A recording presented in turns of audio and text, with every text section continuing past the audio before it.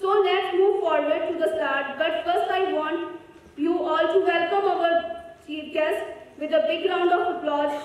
Chief guest Chairman Sir Shri Praveen Garg ji, Engineer Dinesh Sir, Chairman the Learning Team School Yoga, Director Sir Dr. G.D. Gupta, Vice Principal Sir Dr. R.K. Naran, and all HODs of our department. The music, art, wisdom and nature.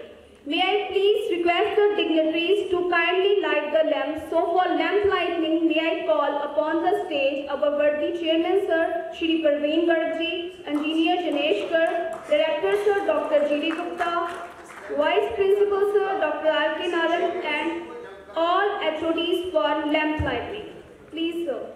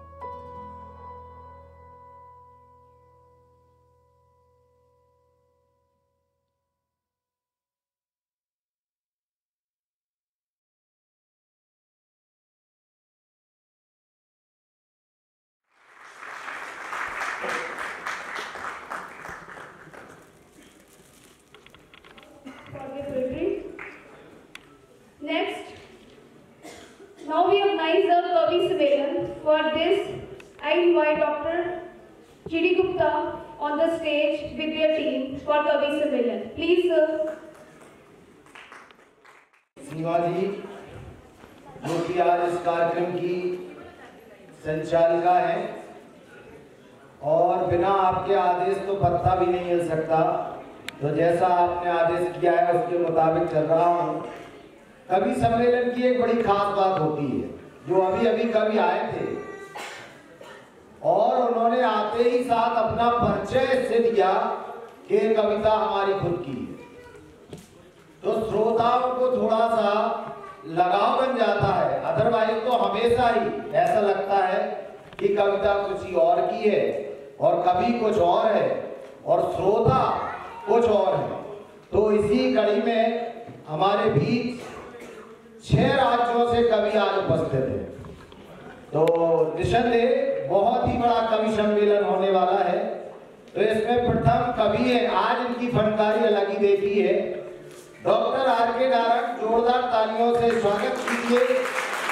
Punjab राज्य के मोगा शहर से आप अपनी उपस्थिति दर्ज कराएं। मैं आयोजक से कहूंगा इस पर्दा को खोल दें ताकि हम सबका अवलोकन कर सकें।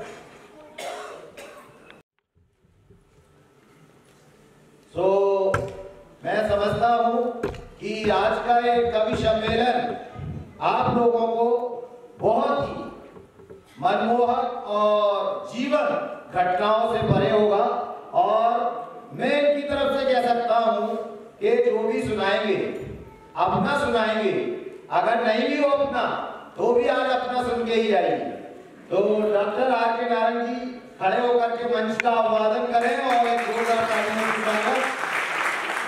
हमारे बीच में है डॉक्टर चाहते हैं, देखिए कवियों की ये अपनी ही फितरत होती है, ठीक है, हमें पता है उनको करेंगे, लेकिन ये अभी जरूर जो है तो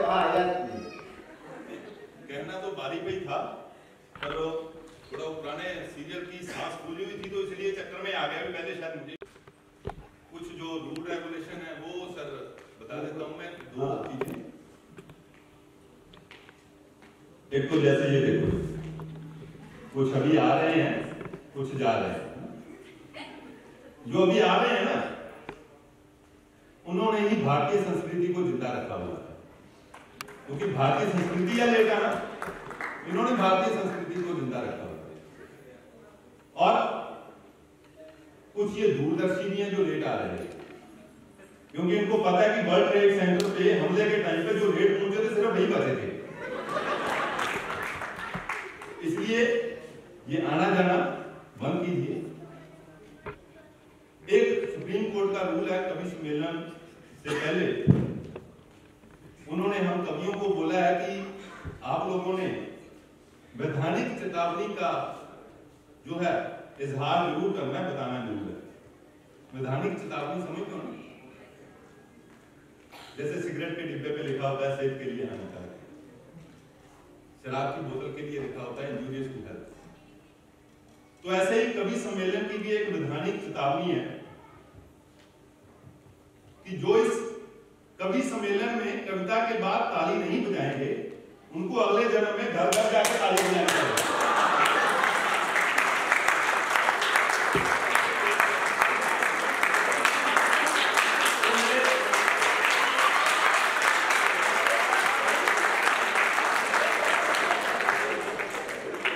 मेरे दोस्तों, बात में नहीं कहना कि नारायण साहब ने बताया नहीं था तब ताली बजा लेते, आज ये हाल होता है।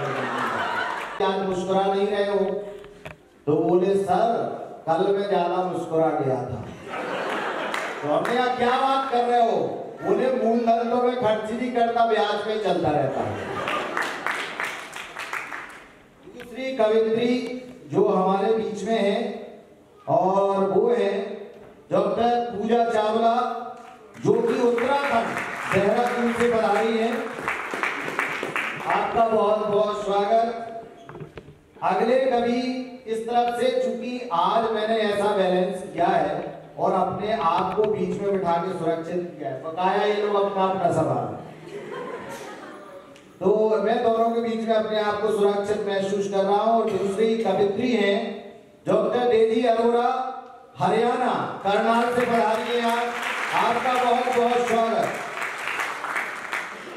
अगले कवि बहुत ही संकोची, अगर ये बोल जाए तो बड़ी बात है और बिना बोले चले जाएं तो उससे भी बड़ी बात है। डॉक्टर विक्रमदीप मोगाजी पंजाब के फतेहगढ़ से पधारे हैं।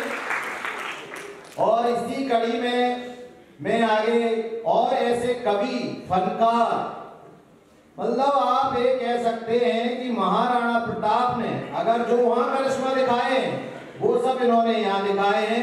डॉक्टर शमशेर सिंह जी पंजाब के गुरदासपुर से हमारे बीच में पधारे हैं। आपका बहुत बहुत अभिनंदन, स्वागत। और एक कवित्री जिनको सुने तो ये बुरा नहीं मानती, जिनको सुने तो ये बुरा नहीं मानती हैं और ना भी सुने तो भी बुरा नहीं मानती हैं, ऐसी कवित्री हमारे बीच में है अमरजीत कौर। आप भी पटियाला पंजाब से पधारी हैं। आपका बहुत बहुत स्वागत और अभिनंदन। बहुत कम लोग होते हैं जो अपनी फनकारी को बाहर लेके आ पाते हैं और जालंधर शहर बहुत ही मशहूर है। उन्हीं मशहूर शहर से मैं आवाज देता हूं ऐसी कवित्री को जिन्होंने अभी अभी ऐसी बातें कही कि पीला सूट ना पाया करो। अच्छा, मैं सोच में पड़ गया और चेयरमैन साहब के बगल में पूछने लगा कि जितना महिला मंडल हमारा टीचर है सबको नजर लग गई है, कल इनकी सबकी नजर उतारते हैं। तो इन्होंने बहुत बढ़िया गल की है कि पीला सूट ना पाया करो और अगर पा लिया करो तो कॉलेज में ना आया करो। अच्छा, इतनी बात हो रही थी तो आज ये कहने लगे आओ ना आओ हम तो छुट्टी काटेंगे, तो ऐसे कैसे नहीं आओ? तो पीले सूट की जो आपने बहुत महिमा की है, डॉक्टर सुखबीर को आपका स्वागत। अभिनंदन करते हैं। और अगले कवि जो कि बहुत बेचैन रहते हैं हमेशा सुनाने के लिए, अच्छा कुछ निकले या ना निकले निकाल के जरूर दिखाते हैं। कोविड की मार में भी इन्होंने बहुत सारी चीजें निकाल डाली हैं। तो ऐसे कवि जो कि मध्य प्रदेश नहीं छत्तीसगढ़ से पधारे हुए हैं, डॉक्टर संत कुमार वर्मा जी, आपका बहुत बहुत स्वागत, अभिनंदन करते हैं। और इसी कड़ी में हमारे भी एक और कवि उपस्थित हैं जो कि हमेशा ही शांत स्वभाव से रहते हैं, कुछ कहते नहीं हैं, लेकिन जब भी कहते हैं तो ये अवश्य चाहते हैं कि उस पर मोहर जरूर लग जाए। इसलिए सुनिश्चित करते हैं हमेशा कि जो भी हो बिल्कुल वो प्रूफ और सिद्ध की बात ही हो, और हमेशा ही मार्मिक, धार्मिक और बहुत ही सरल कविताओं को सुनाते हैं। डॉक्टर सिद्धार्थ मेहन, आपका बहुत बहुत स्वागत और अभिनंदन। इस प्रकार से मैं अपने आप का भी परिचय कराता हूं, क्योंकि ये लोग तो कराएंगे नहीं और पहले वाला करा के चला गया। तो मेरा नाम डॉक्टर जीडी गुप्ता और मैं उत्तर प्रदेश के झांसी राज्य से पधारा आया हूं, और आपके बीच में जो जिम्मेवारी दी है इस मंच संचालन की, उसको मैं क्रियान्वित करना चाहता हूं। आज सुबह सुबह ही जैसे ही मैंने सोचा कि इस कार्यक्रम के बीच में आना चाहता हूं, हमारे बीच में सीमा मैडम आ गई कमरे में और एकदम हमारे ऊपर भड़क गई। मैंने एकदम भड़क गई तो मैं भी चौंक गया, क्या हो गया है? तो एकदम से बोली, ये क्या बात करते हो, क्या बात करते हो? अरे हमने कहा आप क्या बात कर रही, जो हम बात नहीं कर, जो हम बात करते हैं वो वाली करते हैं, जो हम बात करते हैं वो ये नहीं करते हैं। बोली ओके ओके ओके, शेड्यूल लाऊं, क्योंकि आज मन संचालन आपको ही करना है, तो कोई ना कोई ऐसी कविता सुनाइए और बैठी हुई जनता को हंसाते हुए कुछ ना कुछ संस्कार दे जाइए, कुछ ना कुछ संस्कार दे जाइए।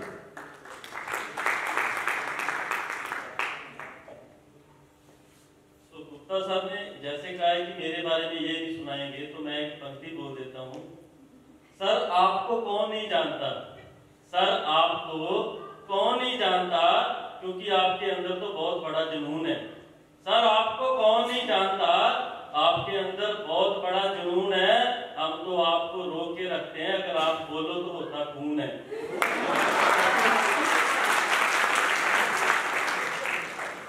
धन्यवाद शमशेर जी। समय की नजाकत को देखते हुए इस कवि सम्मेलन को हाउस से हमारे बीच में आज दर्शक दीर्घाय में बहुत ही योग और सम्मानीय परम आदरणीय चेयरमैन साहब बैठे हैं, उनकी इजाजत से मैं इसको प्रारंभ करना चाहता हूं। और मैं ये बताना चाहता हूं, जितने यहाँ पर 11 कवि बैठे हैं माननीय, इसका अगर 5 गुना कर दें तो इसके उधर बैठे हैं। सिर्फ फर्क इतना है कि हम तैयारी करे बैठे हैं और वो तैयारी कर रहे हैं। बकाया कवि उधर के और इधर के दोनों ही एक है।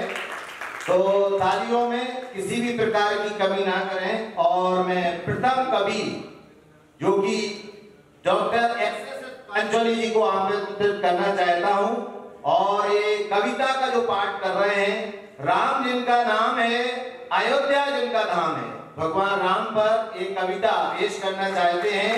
राम इनका नाम है, अयोध्या जिनका धाम है, ऐसे पुरुषोत्तम राम को हमारा बारंबार प्रणाम है, बारंबार प्रणाम है।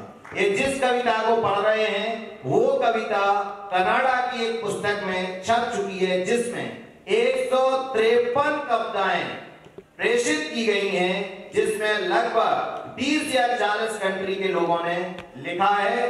मंच की ओर से, मंच के सम्मुख बैठे हुए सभी लोगों से मैं निवेदन करूंगा कि आज के प्रथम कवि का अपनी तालियों की ध्वनि से स्वागत करें, अभिनंदन करें, डॉक्टर एस पाटिल। महोदय, हमारे चेयरमैन श्री प्रभु की इजाजत से मैं चाहूंगा, ये एक कविता लिखी गई है इस परिप्रेक्ष्य में कि इस युग के प्रणेता, इस युग में महान कवि हुए हैं जो आज भी जन जन के हृदय में बसते हैं। उन्होंने एक बिसरी हुई कथा को पुनर्जीवित किया और वो है बाबा तुलसी।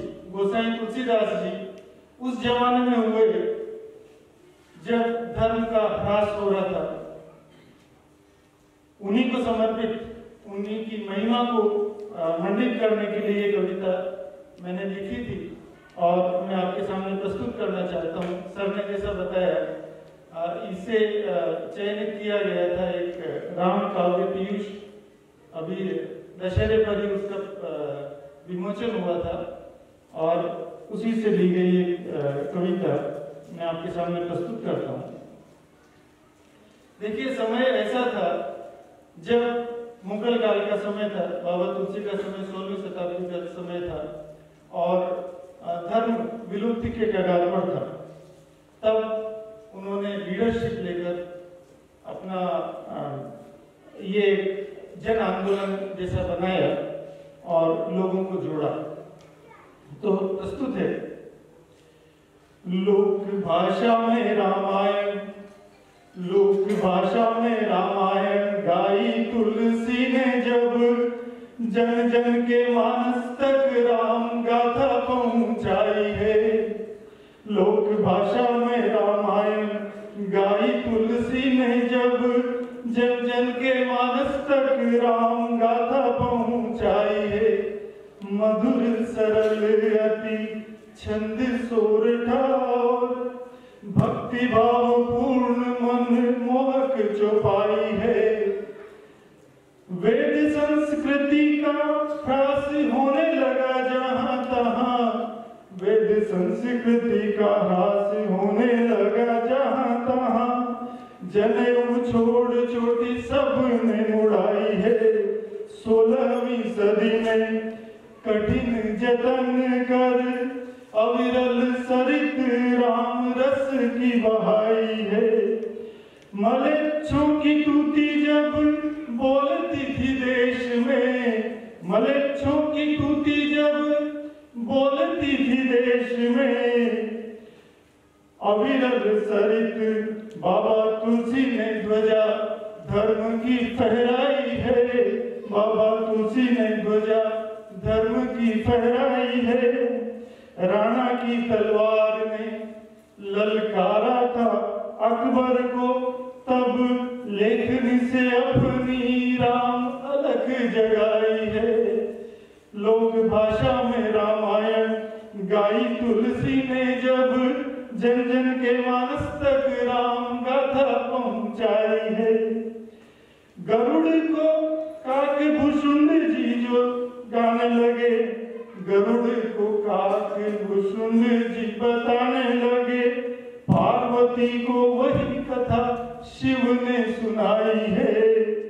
दशरथ के नौनिहाल बन नाचे हैं ठुमक जो, दशरथ के नौनिहाल बन नाचे हैं ठुमक जो।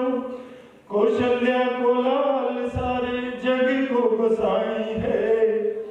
चारी हूँ भाई संग आश्रम में गुरु के, नीति शास्त्र वेद की गूढ़ शिक्षा पाई है।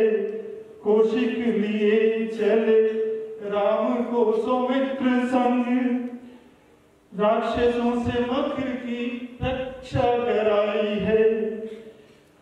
अहिल्या का ताप हर शिव धनु भंग कर, जनक लली संग ब्याह रचाई है। पितृवचन काजे छोड़े सब राजकाज, पितृवचन काजे छोड़े सब राजकाज। 14 बरस पूरे वन में बिताई है।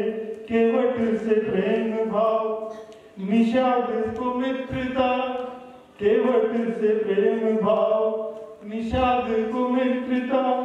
ऋषिगण तप फल दर्शन लाभ पाई है।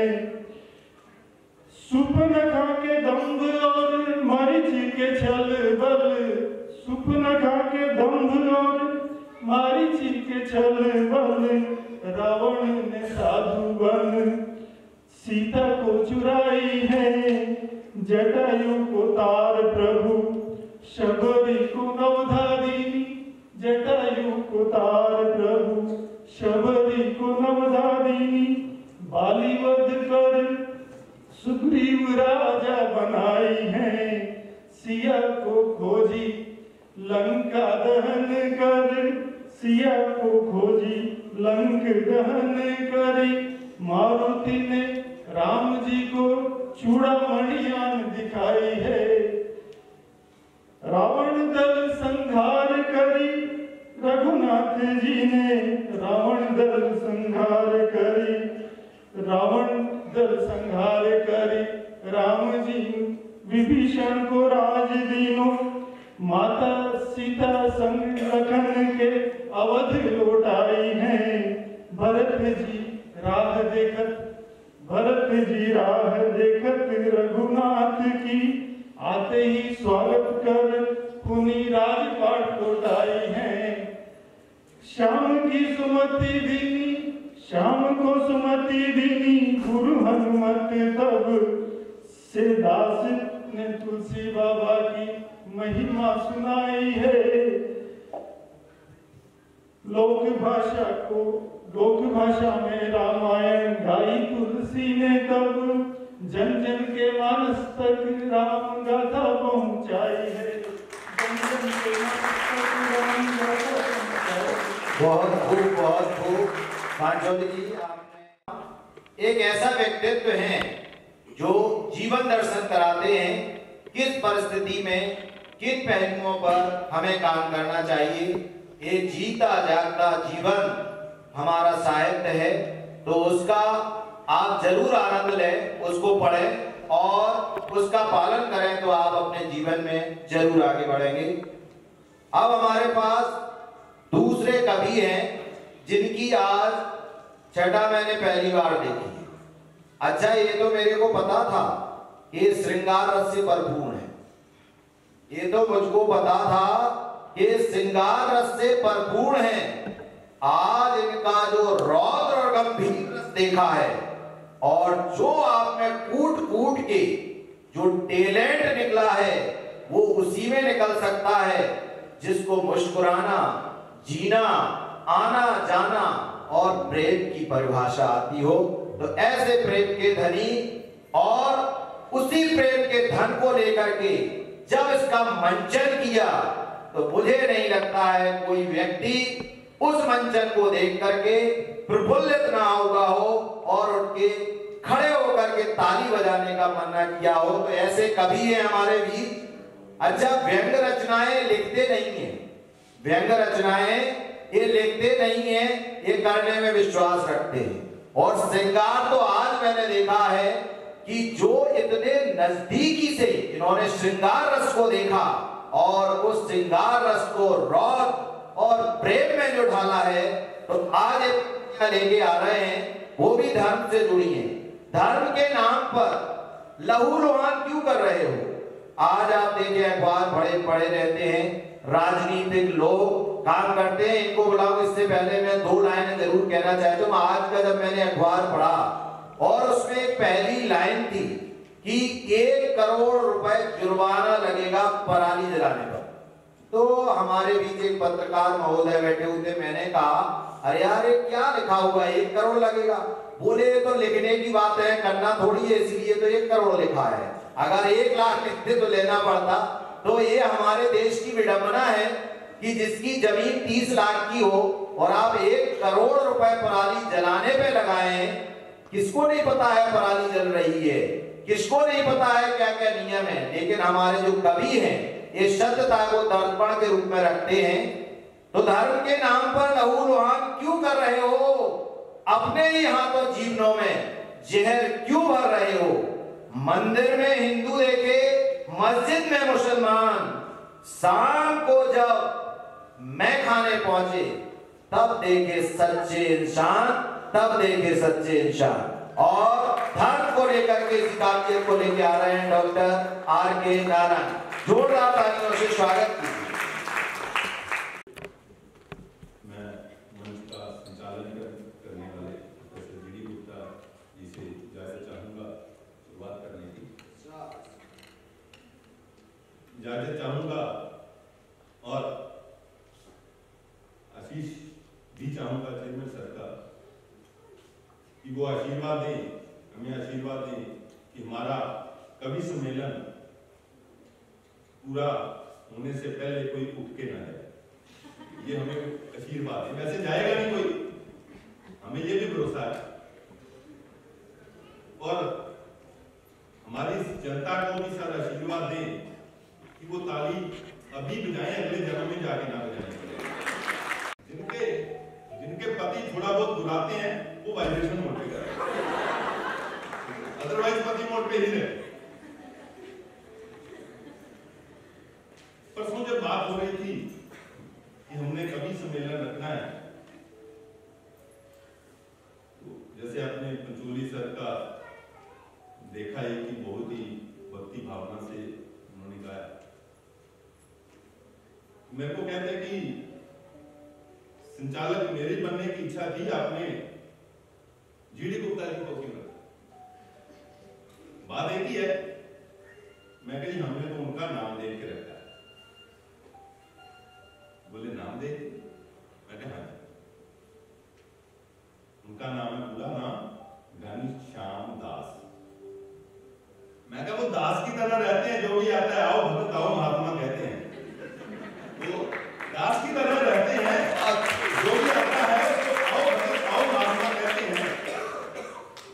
श्याम कृष्ण, कृष्ण जैसे उनके विचार है, कृष्ण जैसे उनके विचार है। पर इन दोनों चीजों को लेके कहीं गलतफहमी न रह जाए, क्योंकि जो पहला शब्द है ना घन, घन का मतलब हथौड़ा, जब बचता है तो वो भी पूरा बचता है। तो घन नाम का इसलिए अपना संचालक करता है। देखो भाई, इस ऑडिटोरियम में ताली बजाने का जुम्मा 2-3 लोगों ने नहीं ले रखा है।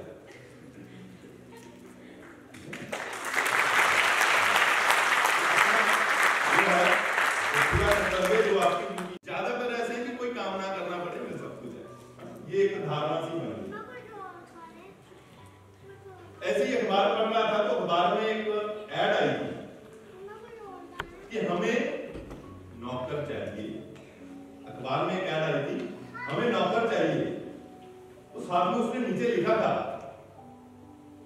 वेतन नहीं दूंगा, सिर्फ खाना दूंगा। अखबार में एक ऐड आई कि हमें नौकर चाहिए, साथ में लिखा था वेतन नहीं दूंगा खाना दूंगा। तो एक ऐसे याद सी आदमी चले गया, बोले खाना तो मिले, खाना ही से ढूंढ के एड्रेस उसके घर पे गया, बोले हाँ जी जनाब मैं आया हूँ नौकरी के लिए। वो बोले हाँ जी जनाब मैं आया हूँ नौकरी के लिए, बताइए काम क्या करना है।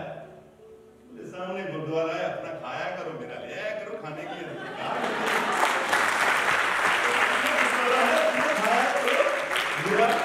ले आया करो। तो ये आदतें हमें छोड़नी पड़ेगी। संचालक साहब एक और इजाजत चाहूंगा आपसे कि हमारा अब इतने बच्चे भी बैठे हैं, फैकल्टी भी हैं, एक हमारे आईएसएफ की प्रथा रही है कि जब भी कोई फंक्शन होता है हमें थोड़ा सा ना, वो कहते हैं कि चुल भी है भी एक प्रथा रही कि जब भी गैदरिंग होती है ना, इकट्ठे होते हैं लोग, इकट्ठे होते हैं, तो हम अबाउट द इंस्टीट्यूट जरूर बताते हैं, वो भूलते नहीं है। पर आज सर वो रह गए। नहीं मैं क्षमा चाहूंगा, क्योंकि मुझे पता था कि अपने कवि है कोई ना कोई जरूर बताएगा, इसलिए मैंने उसको रिपीट करना नहीं समझा। तो मैं इस कविता के रूप में पहले अबाउट द इंस्टीट्यूट बता दूं, फिर सर ने जो मुझे ड्यूटी दी है, जो काम दिया है, काम सौंपा है, उसको पूरा करूंगा। 98 में आईएसएफ में आया, मेरी ज्वाइनिंग 1998 की है। 98 में आईएसएफ में आया, आदरणीय श्री बलदेव जी ने गले लगाया, हमारे परम आदरणीय जो सेक्रेटरी सर, उनकी बात कर रहा हूं। 98 में आईएसएफ में आया, आदरणीय श्री बलदेव जी ने गले लगाया। आईएसएफ मेरा प्यार बन गया, आईएसएफ मेरा प्यार बन गया। पता ही नहीं चला कब मेरा संसार बन गया। आईएसएफ मेरा प्यार बन गया, पता ही नहीं चला कब मेरा संसार बन गया। माफी मांगना चाहूंगा जो हमारे परम आदरणीय जो प्रोफेसर पहले यहाँ ड्यूटी देके गए हैं, क्योंकि कविता के रूप में अगर बोलना है तो उसको शॉर्ट में बोलना पड़ेगा, तो मैं उनके पूरे नाम नहीं ले सकूंगा, इसलिए पहले ही माफी उनसे मांग लेता हूं। जब बुद्धि राजा मंजीत व्यास भर, डॉक्टर आर डी बुद्धि राजा हमारे फाउंडर डायरेक्टर थे। Professor Manjeet Singh ji pharmacology department के फाउंडर एचओडी थे। व्यास सर फार्मास्यूटिक्स डिपार्टमेंट के एचओडी थे और धर साहब केमिस्ट्री डिपार्टमेंट के फाउंडर एचओडी थे। जब बुद्धि राजा मंजीत व्यास भर शर्मा मूर्ति ने संभाली कमान, आईएसएफ छूने लग गया बुलंदियों का आसमान। आईएसएफ छूने लग गया बुलंदियों का आसमान। श्री प्रवीण गर्ग जी ने सबको अपनाया। श्री प्रवीण गर्ग जी ने सबको अपनाया। हर परिस्थितियों में आईएसएफ को ऊपर ही उठाया। हर परिस्थितियों में आईएसएफ को ऊपर ही उठाया।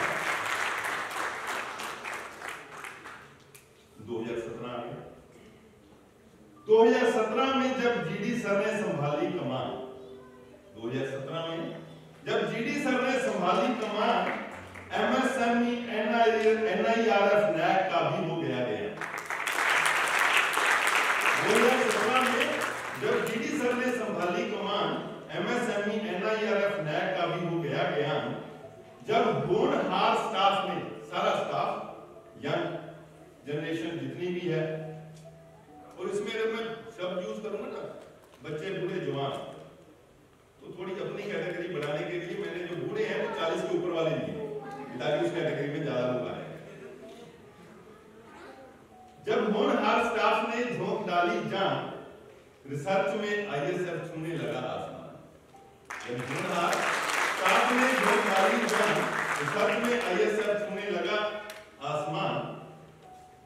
हर क्षेत्र में धाक जमानी है, हर क्षेत्र में धाक जमानी है।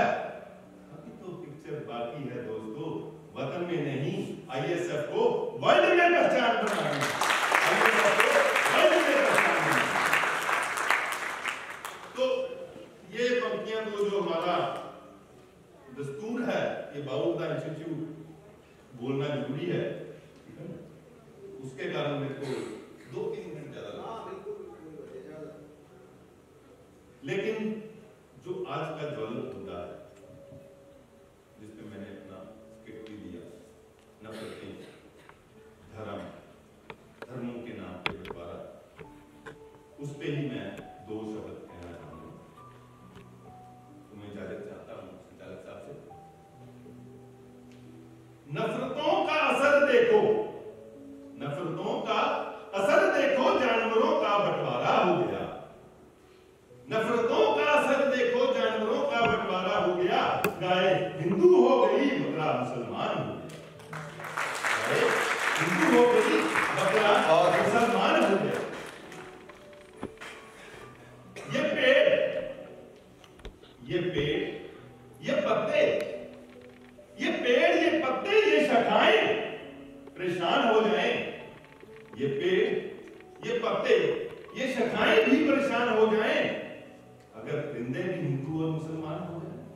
अगर परिंदे भी हिंदू और मुसलमान हो जाए, अगर पक्षी भी हिंदू और मुसलमान हो जाए, तो पेड़, पत्ते, शाखाएं अपने आप परेशान हो जाएंगे। अरे भाई ये तो हिंदू है, इसको बिठाना है कि नहीं बिठाना अपनी शाखा पे, ये मुसलमान है, इसको बिठाना है कि नहीं बिठाना। सूखे मेवे, सूखे मेवे भी ये देखकर हैरान हो गए। सूखे मेवे भी ये देखकर हैरान हो गए। ना जाने कब नारियल हिंदू और खजूर मुसलमान हो गए। ना जाने नारियल हिंदू और खजूर मुसलमान हो गए। तो जिस तरह से धर्म, धर्मों के नाम पे रंगों का बंटवारा होता जा रहा है, रंगों का भी बंटवारा होता जा रहा है। आपने देखा होगा कि रंग भी बढ़ रहे हैं धर्मों के नाम पे। तो वो दिन दूर नहीं, वो दिन दूर नहीं। क्यों? क्योंकि रंगों के नाम पे भी बंटवारा हो रहा है कि आज हरा रंग जो है वो मुसलमान का है और लाल रंग जो है वो हिंदू का है। वो दिन दूर नहीं कि जब सारी सब्जियां, हरी सब्जियां मुसलमानों की हो जाएंगी और हिंदुओं के हिस्से में बस गाजर और टमाटर ही आएंगे। हिंदुओं के हिस्से में बस गाजर और टमाटर ही आएंगे। पर मैं पूछता हूं इस जहान से कि ये तरबूज किसके हिस्से में आएगा? कौन इस तरबूज को खाएगा? क्योंकि ये बाहर से मुसलमान और अंदर से हिंदू ही रह जाएगा। बहुत खूब बात।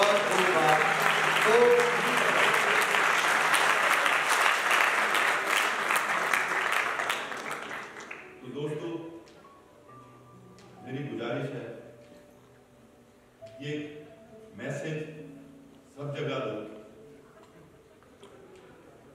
कि मजहब के नाम पे एक दूसरे को मारना बंद करो।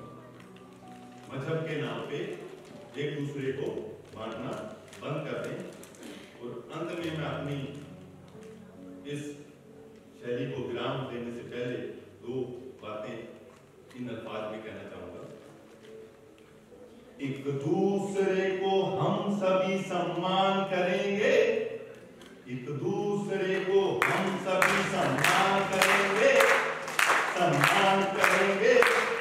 झगड़ा ना कभी हिंदू मुसलमान करेंगे, झगड़ा ना कभी हिंदू मुसलमान करेंगे। नफरत जो सिखाए मतलब जो हमें नफरत सिखाए, चाहे पाकिस्तान हो, चाइना हो, यूएस हो, कोई भी हो, मैं बाहरी ताकतों की बात कर रहा हूं। नफरत जो सिखाए हमें आपस में लड़ाकर, नफरत जो सिखाए हमें आपस में लड़ाकर, हम उसके लिए जंग का ऐलान करेंगे, हम उसके लिए जंग का ऐलान करेंगे। झगड़ा न कभी हिंदू मुसलमान करेंगे, झगड़ा न कभी हिंदू मुसलमान करेंगे।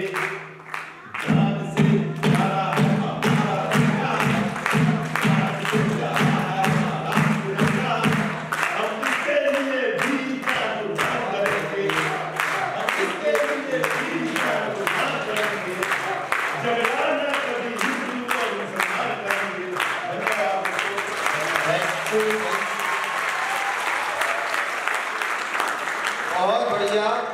और अंतर नौजवान यहाँ पर बैठे हैं।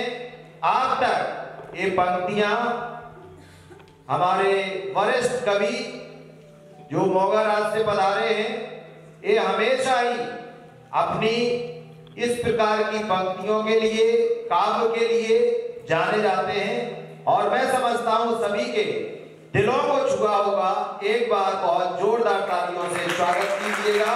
और उन तालियों को जो आप दे रहे हैं, उनको उससे ताकत मिलेगी। अब हमारे बीच एक बहुत ही अच्छा, मैंने जब देखा अभी एक इन्होंने जो बड़ा अच्छा प्रश्न किया था कि कोई बाहर तो नहीं जा रहा है, जब मैंने अपने घर में बातचीत की कि मैं कवि सम्मेलन कर रहा हूं, तो हमारी धर्मपत्नी ने कहा आप भी कवि हैं? मैंने कहा हाँ मैं भी कवि हूं। बोले आपका तो ठीक है, हम उन लोगों के बारे में सोच रहे हैं। हमने किन के बारे में? बोले वो बेचारे श्रोता बाहर भी नहीं जा सकते। अच्छा, कितनी मजबूरी फंस जाती है कई बार। तो इस तरह आप लोग बहुत अच्छा सुन रहे हैं। और इसी कड़ी में जब मैंने देखा कि पहले फर्स्ट लाइन में जितने भी लोग थे वो पुरुष ही पुरुष थे, तो मैंने देखा पुरुषों को इतनी देर कौन सुनेगा। तो फिर मैंने कुछ महिलाओं को बुलाया और यकीन मानिए हल्की नहीं पूरी भारी महिलाओं को बुलाया।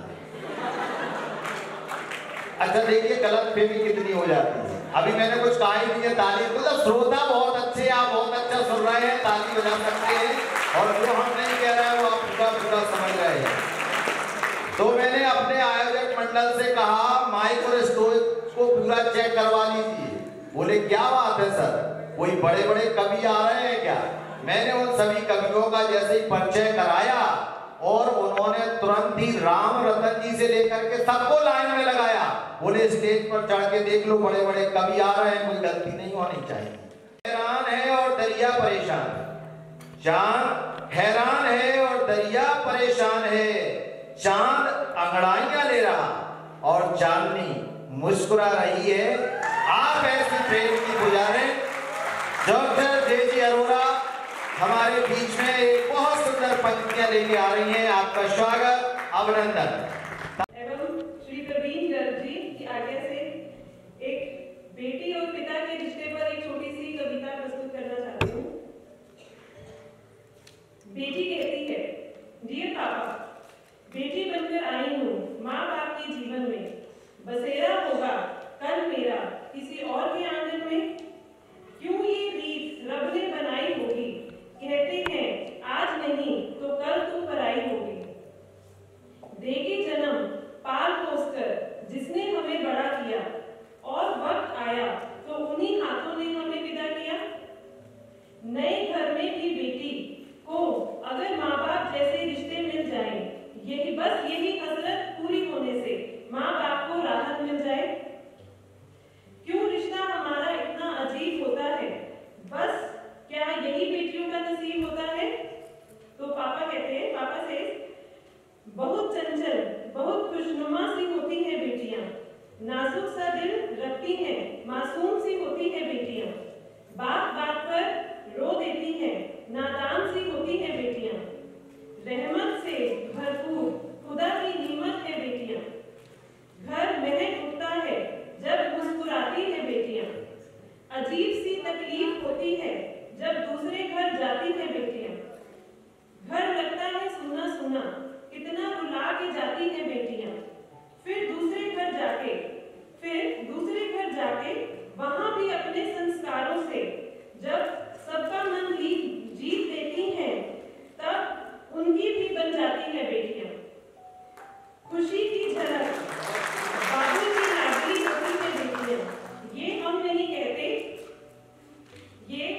कहते, ये तो रब कहता है कि जब मैं बहुत खुश होता हूँ तो जन्म लेती है बेटियां। शादी के बाद भी अपना फर्ज निभाती हैं, माँ बाप के लिए कई दुख सहन कर जाती हैं, यह रिश्ता तो बस ऐसा ही होता है, इसलिए यह रिश्ता सबसे न्यारा होता है। कुछ लोग बोझ समझते हैं बेटी को, वह अनजान होते हैं, इंसान नहीं वह शैतान होते हैं, इंसान नहीं वह शैतान होते हैं। अति सुंदर बात। पिता की एक खास बात है, पिता कभी भी अपने आंसू नहीं बहाते, दर्द कितना भी हो जनाब वो बाहर नहीं लाते, वो बाहर नहीं लाते। इसलिए अपने पिता को, जो इन्होंने एक बेटी, और इसमें अंत में एक लाइन और मुझको ठीक लगी, बस बेटियां हैं, सिर्फ लड़का और लड़की में जो फर्क किया जाता है या हो रहा है, बस बेटियां हैं जो देखकर पिता के दर्द को समझ जाती, बस बेटियां हैं जो पिता के वो देखकर पिता का दर्द समझ जाती हैं, दौड़कर पानी और मरहम लगाती हैं, दौड़कर पानी और मरहम लगाती हैं। आज देश में जिस तरह से क्रूरता, दुष्टता और जिसको क्या कहें बेटियों के साथ हो रहे हैं, वो बहुत ही दुर्भाग्यपूर्ण है, और इसको हम सभी लोगों को मिलकर के इसका खंडन करना चाहिए और अपने देश की बेटियों पर गर्व करना चाहिए।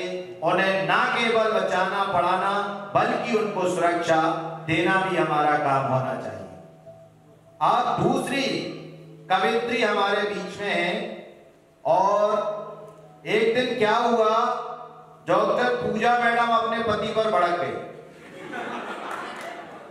और जैसे ही वो भड़की वहां से हमारे पास फोन आया, जैसे ही फोन आया बोले, हमसे कहने लगे कि जो हाल मेरा यहाँ हो रहा है। डॉक्टर साहब बताओ जो हाल मेरा यहाँ हो रहा है वही हाल तुम्हारे क्या घर में हो रहा है? मैंने बहुत मंजूरी दी। मैंने क्या हो गया? बोले मैंने कैड को बहुत बार देखा है, अच्छे अच्छे चित्र कंप्यूटर पर आते रंग और घूमते चले जाते हैं। तो मैंने अब क्या हो रहा है? बोले कैड कंप्यूटर से बाहर आ रहा है। नहीं, क्या बात करते हो? कैड कंप्यूटर से बाहर आ रहा है, जल्दी से जाइए और प्रोड्रग अप्रोच लगाइए। ये क्या होती है? अरे हमने कहा प्रोड्रग अप्रोच जल्दी से लगाइए, विनय कर जल्दी से पूजा को मनाइए। इनके हस्बैंड का नाम विनय है, तो हमने कहा विनय कर जल्दी से पूजा को मनाइए, और नहीं माने तो छोटे पुत्र को पास में लाइए। अगर नहीं माने तो छोटे पुत्र को पास में लाइए। बस इतना कहना था कि पूजा मैडम का समर्पण करना था, और जीवन के साथ न केवल इस जीवन में, साथ साथ जीवन में संग चलने का वादा जो करना था। तो ऐसी कवित्री जो हमेशा ही अपनी दिल की बात को जरूर समझ रखती हैं, बहुत गंभीर।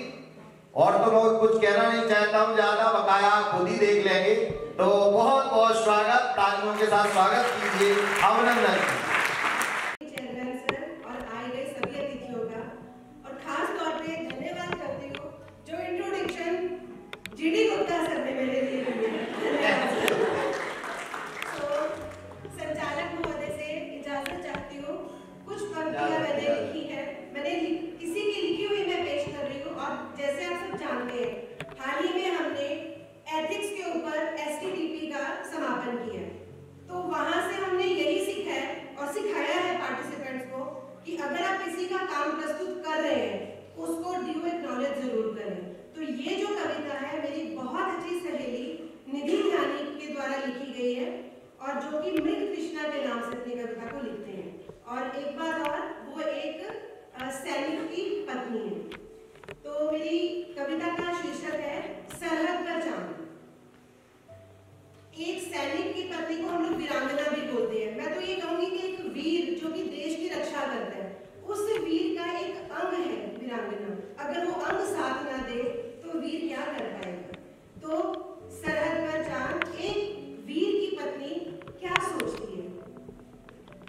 आज वो जा रहे हैं, आज वो जा रहे हैं, मेरी बोझिल आंखें, मायूस चेहरा ये बता रहे हैं, आज वो जा रहे हैं।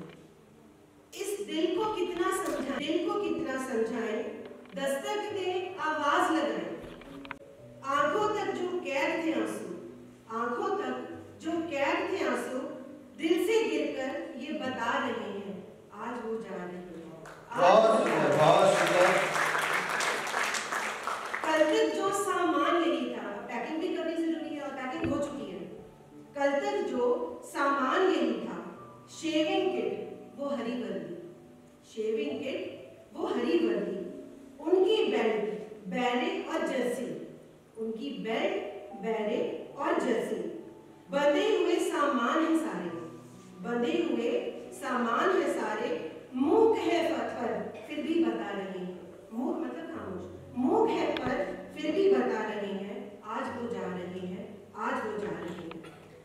बहुत सुंदर। सर्द हवाओं का आभास, सर्द हवाओं का आभास, नन्ही परियां है उदास, लुका छुपी का खेल है पापा, लुका छुपी का खेल है पापा, जो छिपकर हमको सता रहे हैं, आज वो जा रहे हैं, आज वो जा रहे हैं।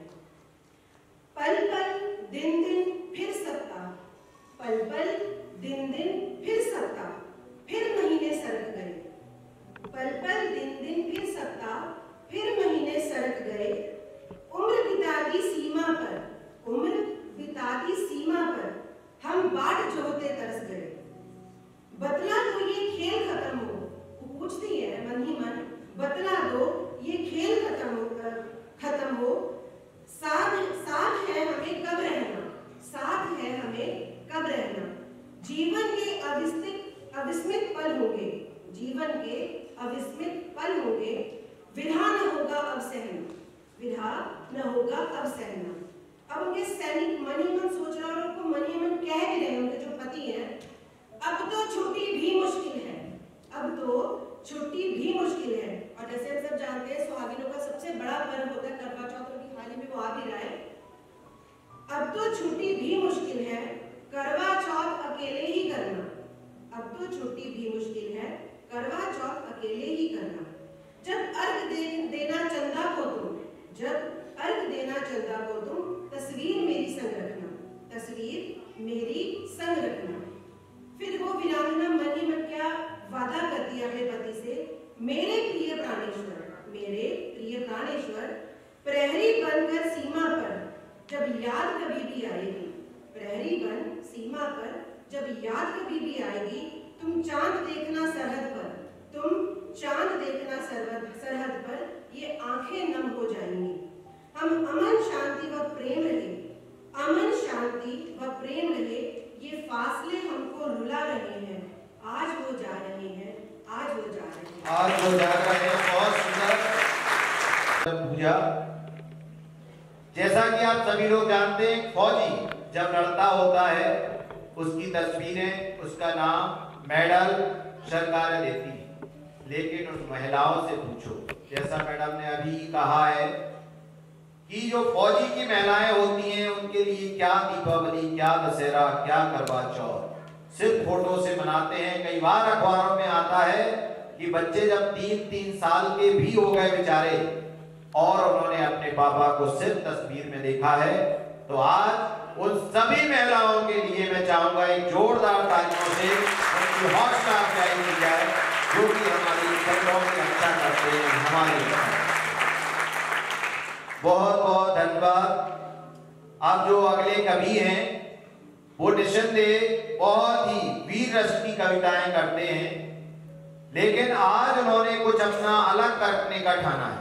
और वो अलग एक धर्म से लेकर के, जिस तरह से हर रोज कुछ ना कुछ घटनाएं हो रही हैं, उसको लेकर के वो आ रहे हैं।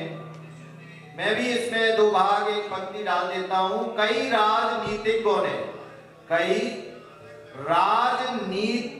ने धर्म के नाम पर अपनी सीट चमकाई। कई राजनीतिज्ञों ने धर्म के नाम पर अपनी सीट चमकाई है और काली कमाई कर करके विदेशों में हवेली बनाई है।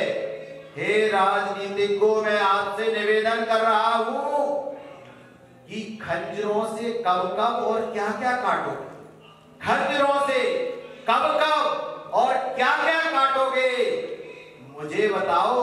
पानी, हवा, चंद्रमा और सूर्य को कैसे बांटोगे?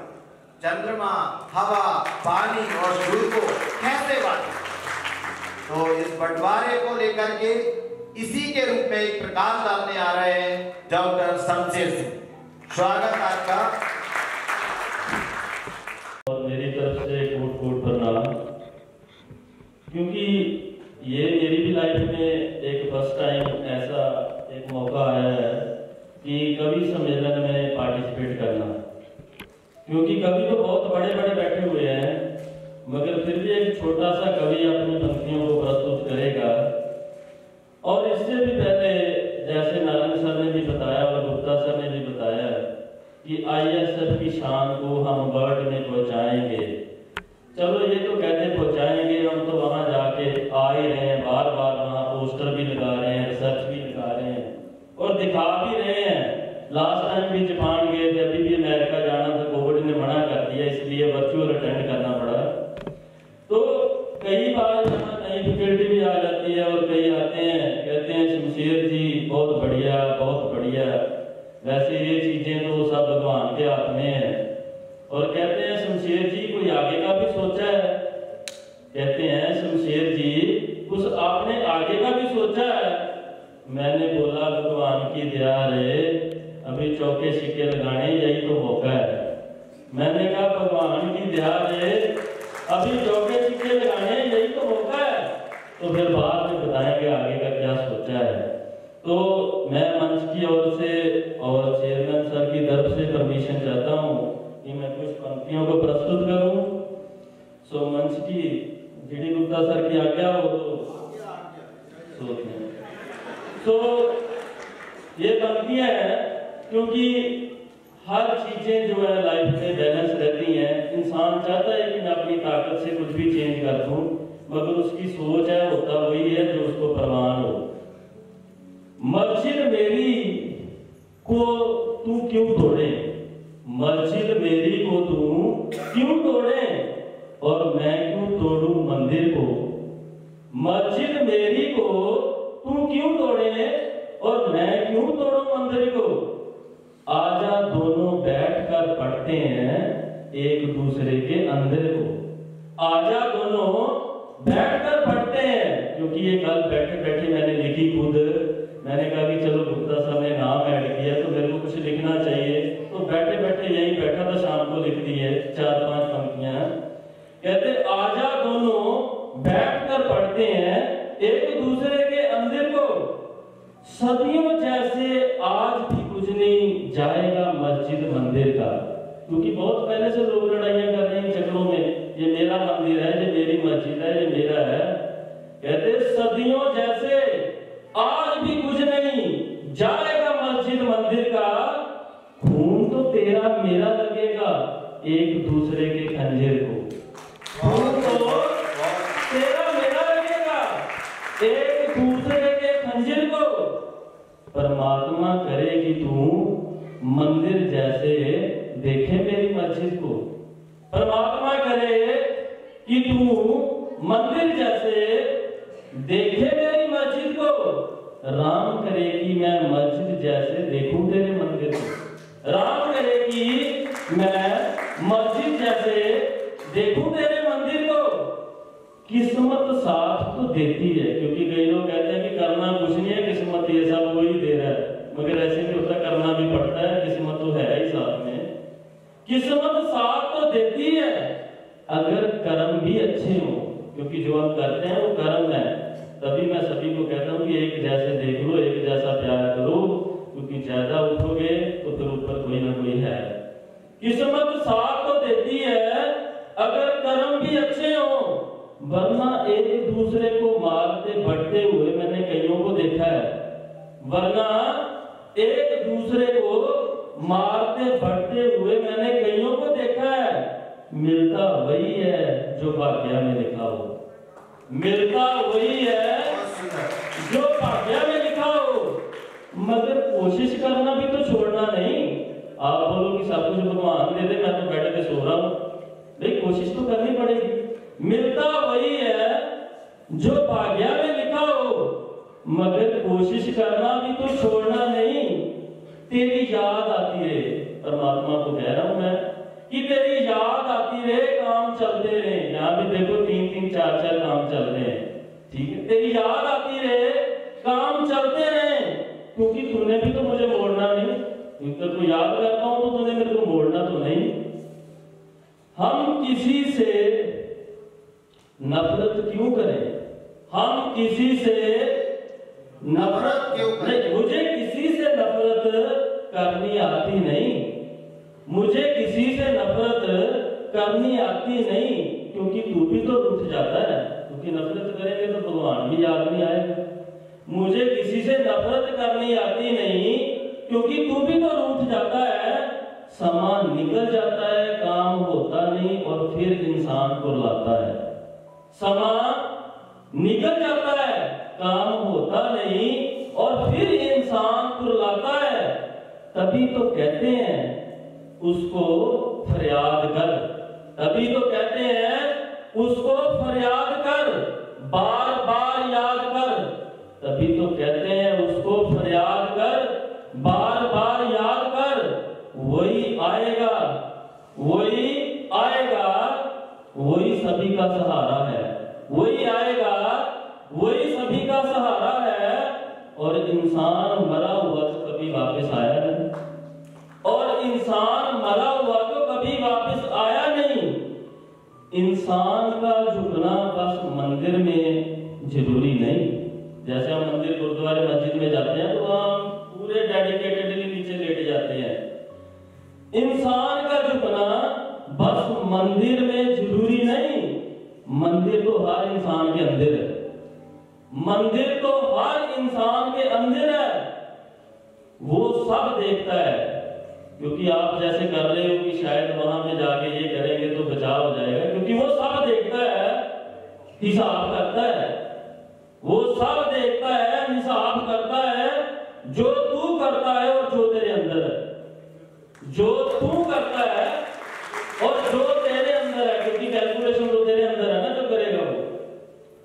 कोई तो सोचते हैं, कई तो सोचते हैं अभी युवा है हम, कई तो ये सोचते हैं अभी युवा है हम, जब बूढ़े होंगे तो तेरे पास आएंगे, क्योंकि जब चलना फिरना रह जाता है तो फिर भगवान याद आता है। कई सोचते हैं अभी तो युवा है हम, बूढ़े होंगे तो तेरे पास आएंगे, मगर ये तो कोई भी नहीं जानता कि कल जिंदगी में आएगा या नहीं, मगर ये तो कोई भी नहीं जानता कि कल जिंदगी में आएगा या नहीं। इसलिए लास्ट पंक्ति में मैं इसको कंक्लूड करता हूं, इसलिए वही मस्जिद मंदिर है, इसलिए वही मस्जिद मंदिर है, मिलेगा भी सब कुछ, इसलिए वही मस्जिद मंदिर है, मिलेगा भी सब कुछ, एक भरोसा करना है और बस देखना अंधेर है। इसलिए वही मस्जिद मंदिर है, मिलेगा भी सब कुछ, एक भरोसा करना है और वही बस तेरे अंधेर, एक भरोसा करना है और देखना बस अंधेर है। तो ये पंक्तियां मैंने कल कंपाइल की। Thank you. तो बहुत बहुत धन्यवाद। वो बिठाइए और इनकी ऊर्जा को किसी ना किसी रूप में कम करते जाइए, नहीं तो इसमें कई बार खड़े हो जाते हैं। आपने देखा हमने माइक की स्पीड नहीं बढ़ाई, वो अपने आप बढ़ता जा रहा था, खुद भी परेशान था, पीछे वाला एक तेज होता जा रहा है। तो इनकी ऊर्जा का अलग ही पहचान है।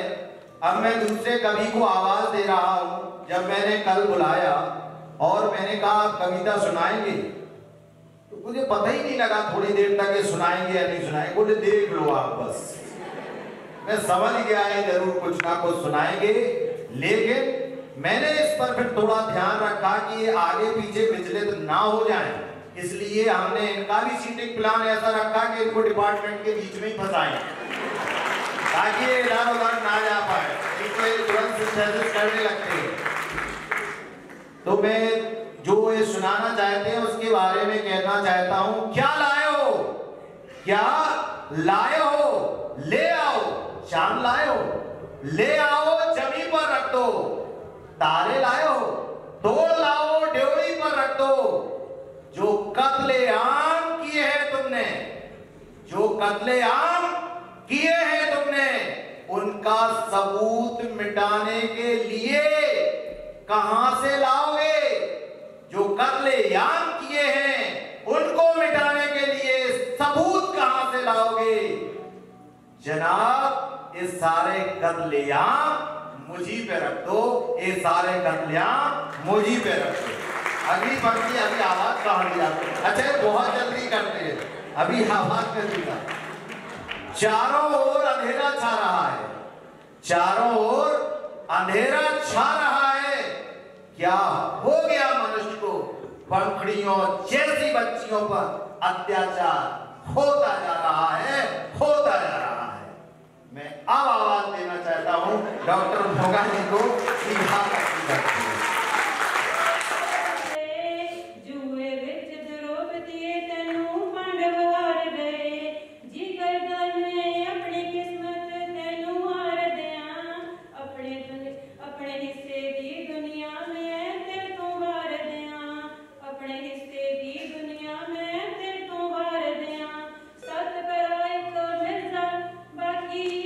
किस्सा कारा ने कली से बाबरी बनाती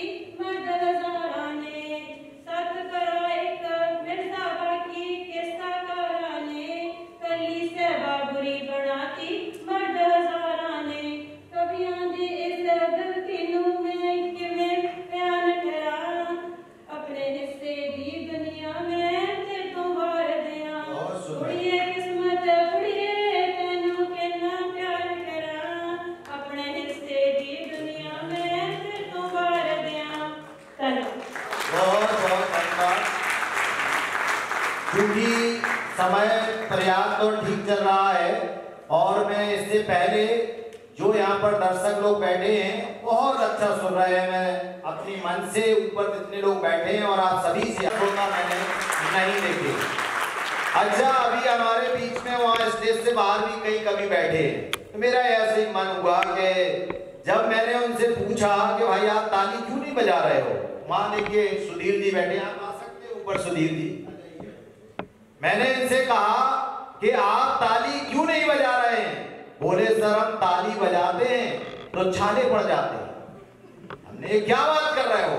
हमने कहा सुधीर जी ताली क्यों नहीं बजा रहे हो? बोले हम ताली बजाते हैं तो छाले पड़ जाते हैं और मल्टीविटामिन खाने की जगह हम हाथों पे लगाते हैं। मल्टीविटामिन खाने की जगह हाथों पे लगाते हैं। हमने कहा मैं समझ गया। मैंने कहा सुधीर जी ये मेहंदी कहलाती है, ये मल्टीविटामिन नहीं है, मेहंदी कहलाती है। बोले जब इतनी देर से पता था तो इतने ही कवि क्यों बिठाए? उधर बैठा वो भी तो कवि ही कहलाता है। आपका बहुत बहुत स्वागत। आप दो पंक्तियां कहना चाहते हैं इरशाद। रिस्पेक्टेड डायरेक्टर सर, आप जो भी कहते हैं सब सही कहते हैं। वाइस प्रिंसिपल सर और सभी एचओडी और फैकल्टी स्टाफ मेंबर्स को मेरा प्रणाम और सभी छात्रों को मैं हार्दिक शुभकामनाएं देता हूं। जैसे सर ने ऑर्डर किया है तो वैसे मेरी जो टर्न थी वो थोड़ी देर बाद आनी थी, लेकिन जैसे सर ने अलाउ किया है तो मैं अपनी कविता की कुछ पंक्तियां आपके सामने प्रस्तुत करना चाहता हूँ। इजाजत है सर? तो मेरी कविता का जो शीर्षक है वो है संघर्ष की बात और मैं आग्रह करता हूँ सभी छात्र इसको एक अपने जीवन में अपनाने की कोशिश कर सकते हैं। लहरें चाहे कितनी भी गहरी क्यों ना हो, लहरें चाहे कितनी भी गहरी क्यों ना हो समुद्र में, सपनों की कश्ती को पार लगाना ही संघर्ष है। जलना चाहे कितना भी पड़े, जलना चाहे कितना भी पड़े चिलचिलाती धूप में, पेड़ों की घनी डालियों में सुकून का घोंसला बनाना ही संघर्ष है। वक्त चाहे कितना भी लगे, वक्त चाहे कितना भी लगे, ख्वाहिशों को हकीकत से बदलने में खुद से खुद ही जीत जाना भी संघर्ष है। बहुत सुंदर, बहुत सुंदर। अनजानी सी रूहानी सी, अनजानी सी रूहानी सी मोहब्बत के एहसास से हर पल को जी जाना ही संघर्ष है। अधूरे ख्वाबों को लगन से सजाना, अधूरे ख्वाबों को लगन से सजाना और कुछ पन्नों की कहानी में जिंदगी जी जाना ही संघर्ष है। और चुनौतियों को स्वीकार कर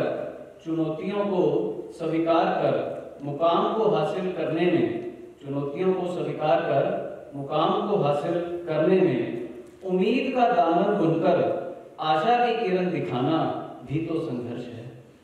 सूरज का तपना और चांद का जगना, सूरज का तपना और चांद का जगना इतना आसान तो नहीं, पर हार से सीख कर जीत जाना भी तो संघर्ष है।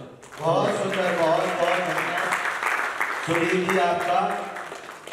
और जैसा कि आप सभी जानते हैं कि मंच का आगे इतना अच्छा एक कवि सम्मेलन होने वाला है और आपने उसको त्याग कर और इस कवि सम्मेलन में भागीदारी दी, आपको बहुत बहुत साधुवाद और बहुत बहुत स्वागत। आपके लिए कुछ पंक्तियां कहना चाहता हूं। नशीली आवाज में इसको यूं ना फरमाइए, नशीली आवाज में इसको यूं ना फरमाइए, वक्त बदल गया है, अब तो इमाम में भी दरवाजे नहीं होते, अब तो इमाम में भी दरवाजे नहीं होते। तालियां बजा सकते हैं, बड़ी चीज कही। अच्छा, कई बार श्रोताओं को बताना पड़ता है कि बड़ी चीज कही। अच्छा, इतने कठिन शब्दों को लाना और लिखना बड़ा गंभीर होना पड़ता है। और आगे की पंक्तियां हैं, पानी को बर्फ में सूरज को निकलने में वक्त तो लगता है, पानी को बर्फ में और सूरज को निकलने में वक्त तो लगता है। धीरज रखो दोस्तों, किस्मत को बदलने में वक्त तो लगता है। तो ऐसी ही बहुत ही सुशील और वक्त के ऊपर अपनी ओजपूर्ण पंक्तियों को लेकर के आ रही हैं मैडम अमरजीत कौर। बहुत जोरदार तालियों से स्वागत कीजिए, अभिनंदन। जीवन में एक सितारा था, माना वह बेहद प्यारा था। वह डूब गया तो डूब गया। अंबर के आंगन को देखो, कितने इसके तारे टूटे, कितने इसके प्यारे छूटे। जो छूट गए फिर कहाँ मिले, पर बोलो टूटे तारों पर कब अंबर शोक मनाता है। जो बीत गई सो बात गई। जीवन में वह था एक कुसुम, थे उस पर नित्य निछावर फूल। वह सूख गया तो सूख गया। मधुमत की छाती को देखो, सूखी कितनी इसकी कलियां, मुरझाई कितनी बलनियां। जो मुरझाई फिर कहाँ खिली, पर बोलो सूखे फूलों पर कब मधुमन शोर मचाता है। जो बीत गई सो बात गई। मेरी तरह आप में भी हजारों और लाखों लोग ऐसे होंगे जो किसी बड़े सरनेम के साथ पैदा नहीं हुए। उनमें और हमें सिर्फ एक रत्ती भर का फर्क इतना है कि हमें उनसे थोड़ी सी ज्यादा मेहनत करनी होगी। रुकना, झुकना और थकना, ये 3 शब्द भूल जाइए, इतिहास आपको कभी नहीं भूलेगा। मैं कुछ पंक्तियां आपको बहुत सुंदर, बहुत सुंदर। थकना, झुकना, बहुत सुंदर। ये 3 शब्द आप भूल जाइए, इतिहास आपको कभी नहीं भूलेगा। मेहनत करने पर भी वक्त तो लगता है। पेड़ तुम बो दो खजूर या बबूल का, कांटे या फल लगने में वक्त तो लगता है। बहुत सुंदर, बहुत सुंदर। यूं तो खूब घिरे होते हैं बादल आकाश में, यूं तो खूब घिरे होते हैं बादल आकाश में, पर बारिश के गिरने में भी वक्त तो लगता है।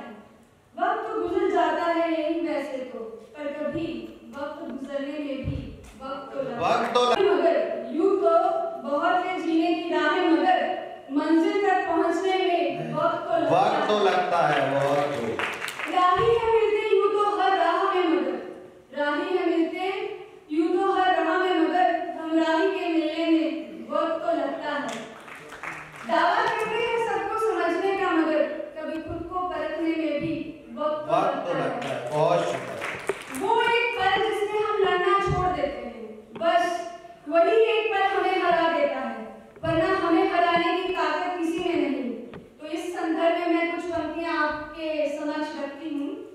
तू खुद की खोज में निकल, तू किस लिए हताश है, तू चल तेरे वजूद की समय को भी तलाश है, समय को भी तलाश है। इसी तरह आप अपने जीवन में साहस के साथ आगे बढ़ते रहिए। धन्यवाद। अच्छा, मैंने ध्यान से अपने दोनों तरफ बहुत ही चुनिंदा कवियों को बुलाया, बैठाया था, क्योंकि अगर कुछ भूल जाए तो या तो यहाँ से या यहाँ से दोनों तरफ से कुछ ना कुछ बताते हैं और इस कवि सम्मेलन को अब हम बहुत तेजी से आगे बढ़ाते हैं। सो धन्यवाद। अच्छा, अभी आपने देखा होगा कोविड-19 का दौर चला। कोविड के दौर में महिलाओं ने पुरुषों को बहुत ही सताया। ये मैं नहीं कह रहा हूं, ये कहेंगे डॉक्टर सर जी। कोविड के दौर में महिलाओं ने पुरुषों को बहुत ही सताया है।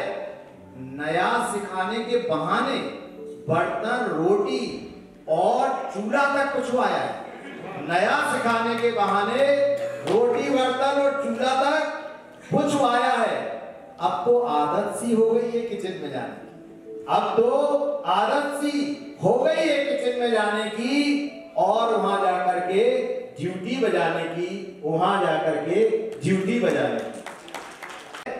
करवट बदली, समय ने इस तरह करवट बदली है और इंसान की जिंदगी को खंड खंड सी कर दी है। पता ही नहीं चला कि पुत्र मां से कब बिछड़ गया। ऐसी कोविड ने पूरे इंसानियत पर मार कर दी है, ऐसी मार कर दी है। के दौरान आपने काम करते रहे किचन में, तो कैसा लगा? बोले बड़ा मजा आता है सर, हमने लैब से ज्यादा। बोले बहुत ज्यादा। हमने वो कैसे?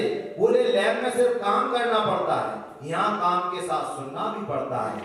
तो इनको मैं साधुवाद देता हूँ, डॉक्टर संत कुमार वर्मा।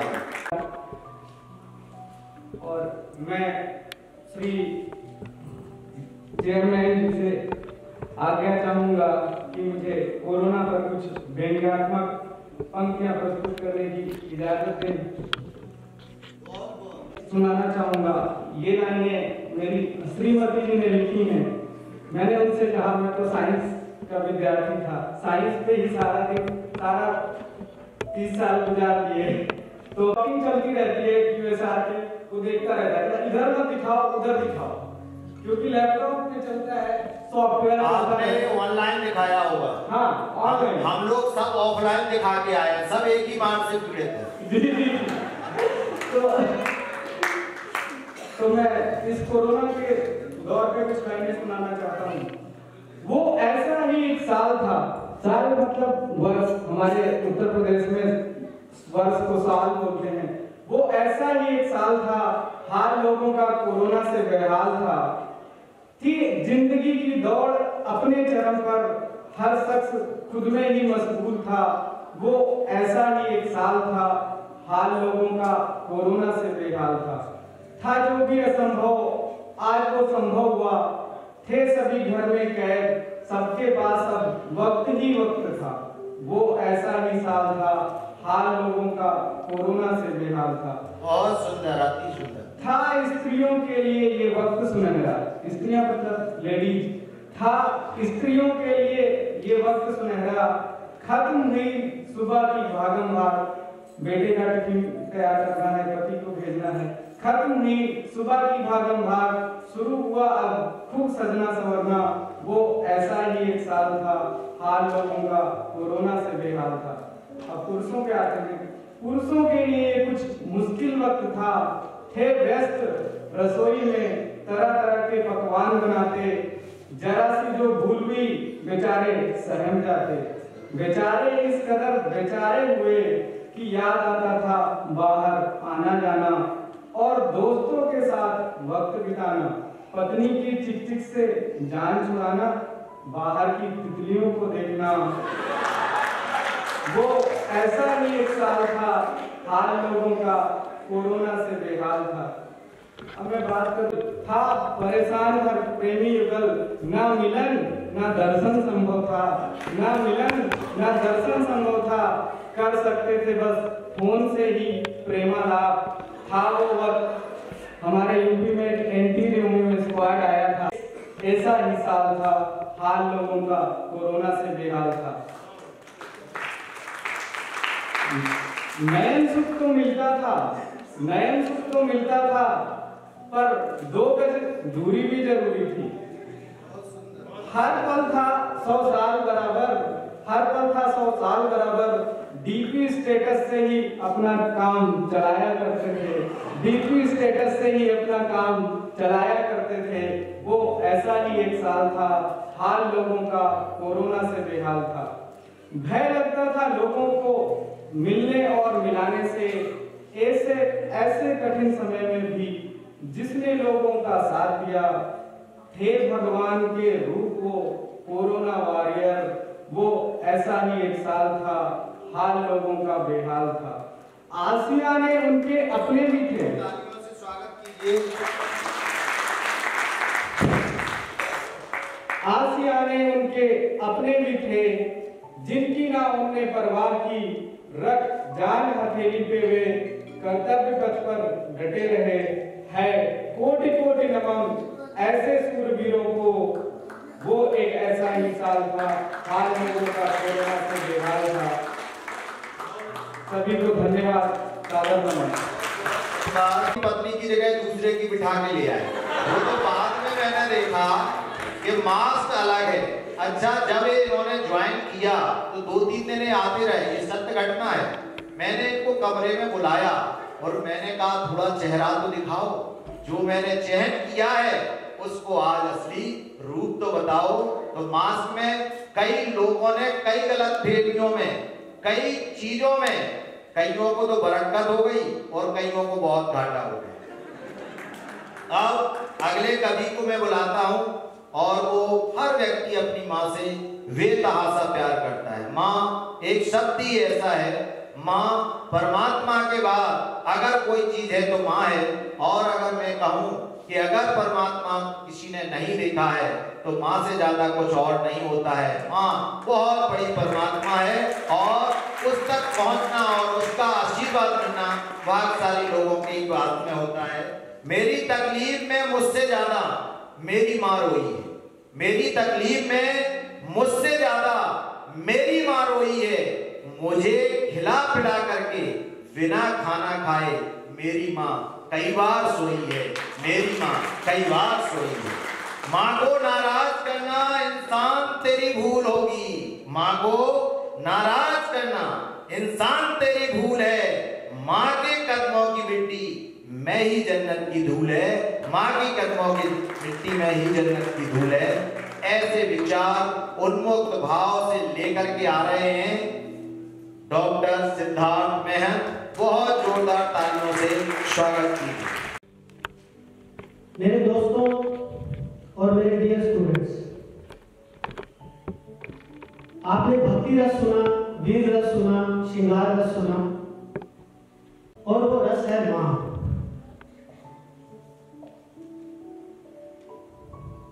आज मैं आपको एक ऐसी जर्नी पे लेके जाऊंगा जिसकी आपने कल्पना तो की है लेकिन इसको जिया नहीं। जब हम छोटे थे, मां की गोद में थे और स्तनपान करते थे, तब एक स्तन से हम मां का दूध पीते थे और लाते मारते थे, पैर मारते थे, लेकिन मां हमें दूध पिलाना बंद नहीं करती थी। मार खाकर, लाते खाकर, फिर भी भोजन देने की जो शक्ति इस परम परमात्मा ने अगर किसी शख्स को इस धरती पर दी है तो वो मां है।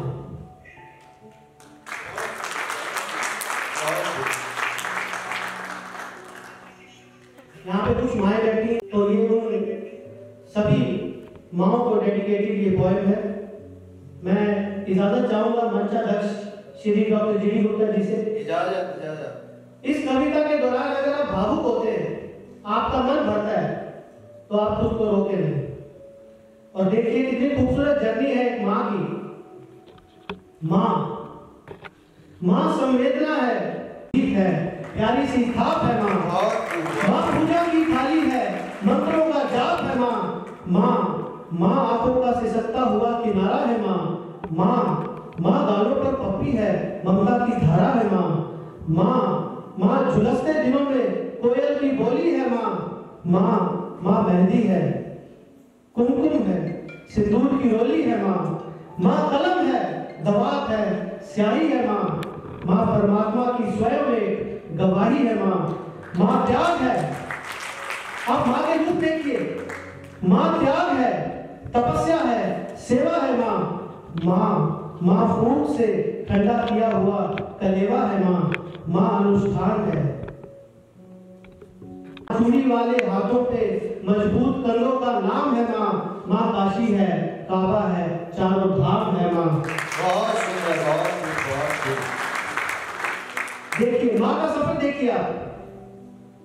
माँ चिता है, याद है, हिचकी है, माँ बच्चे की चोट पर सिसकी है, माँ चूल्हा, धुआं, रोटी और हाथों का छाला है माँ जिंदगी की कड़वाहट में अमृत का प्याला है माँ पृथ्वी है, जगत है, धूरी है, माँ बिना इस सृष्टि की कल्पना अधूरी है। बहुत तो माँ की यह कथा अनादि है, अध्याय नहीं है।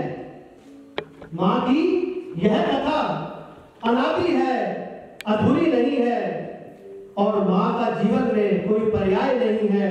तो माँ का महत्व दुनिया में कम हो नहीं सकता और माँ जैसा दुनिया में कोई दूसरा हो नहीं सकता। बहुत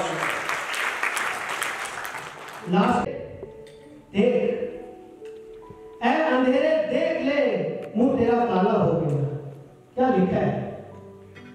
ऐ अंधेरे देख ले, मुंह तेरा काला हो गया, माँ ने आंखें खोल दी, घर में उजाला हो गया। इस तरह मेरे गुनाहों को वो धो देती है। देखो माँ कितनी सरल है, इतना सरल कोई हो नहीं सकता कि इस तरह मेरे गुनाहों को वो धो देती है। माँ बहुत गुस्से में होती है तो रो देती है। और ये सभी की माँ के लिए। और मैं एक पंक्ति यहाँ पे मंचा दर्श की इजाजत से जोड़ना चाहूंगा कि मैं जिस धरती पे आज खड़ा हूँ, ये ISF की धरती है और हम सबकी माँ है। मैं आज जो कुछ भी हूँ इस माँ की वजह से हूँ, और मैं आशा करता हूँ कि जो भी व्यक्ति इस धरती, इस माँ से जुड़ा हुआ है, वो इसका सम्मान जरूर करे। उसी माँ को समर्पित ये अंतिम पंक्तियां कि मेरी ख्वाहिश है कि मैं फिर से फरिश्ता हो जाऊं। मेरी ख्वाहिश है कि मैं फिर से फरिश्ता हो जाऊं, इस माँ से इस तरह लिपटूं कि बच्चा हो जाऊं। धन्यवाद। आपको बुखार आ रहा है, मैंने सोचा था कि आज चीले खाऊंगा। इतना मेरे पिताजी ने सुन लिया, मैं फ्रेश होने चला गया। पिताजी, मैंने इतना सुना, पिताजी कह रहे थे कि बेटा इतने दिनों बाद आया है, चीला खाना चाहता है, तुम्हें बुखार ही तो आया है, बना लोगी तो मर तो नहीं जाओगी। जेंटलमैन, जब मैं लौट के आया तो माँ चूल्हा जला करके चीले बना रही थी। मेरी माँ चीले बना रही थी। मैं सभी माँओं को प्रणाम करता हूँ कि ऐसा त्याग अपने बच्चे के लिए सिर्फ माँ ही कर सकती है। समय की गति तेज हो रही है और मैं अपनी पंक्तियों को छोटे से छोटा करके और इजाजत चाहूंगा, क्योंकि तीन व्यक्ति ईगो हार्ट जो होता है, ईगो कभी भी किसी व्यक्ति को नहीं करना चाहिए। और उसी पर लेकर के मेरी पंक्तियां हैं। पहले भी हो सकता सुनाई हो तो जरा ध्यान से सुने।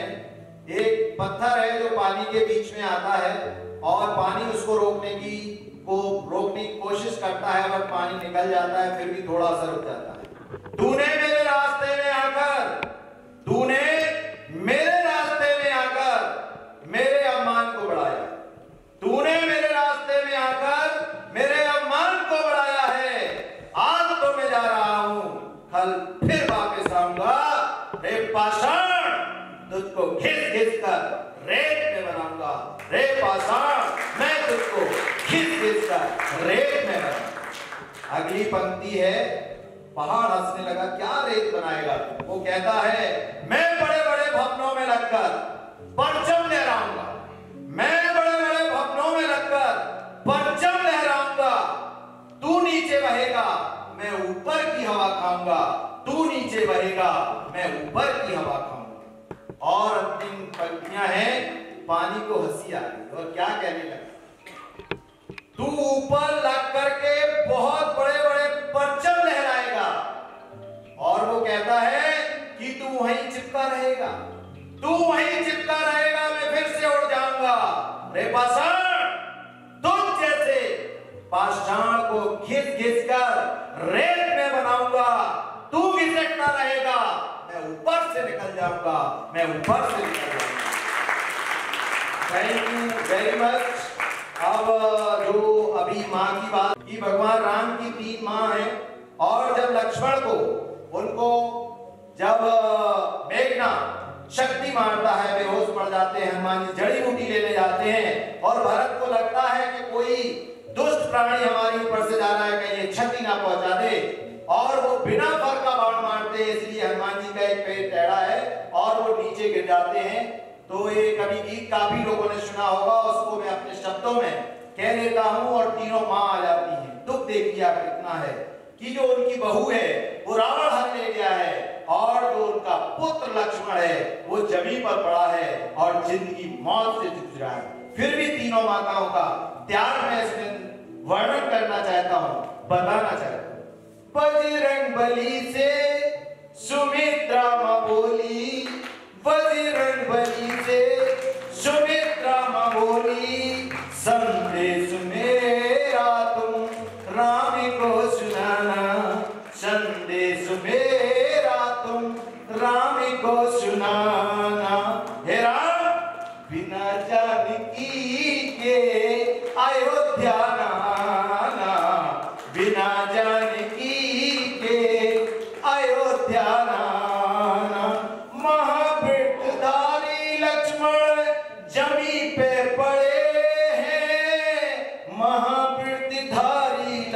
लक्ष्मण जमीन पे पड़े हैं। और आगे वो कहती है मर जाए अगर, मर जाए अगर राम आंसू ना बहाना, बिना जानकी के अयोध्या ना आना, बिना जानकी के अयोध्या ना आना।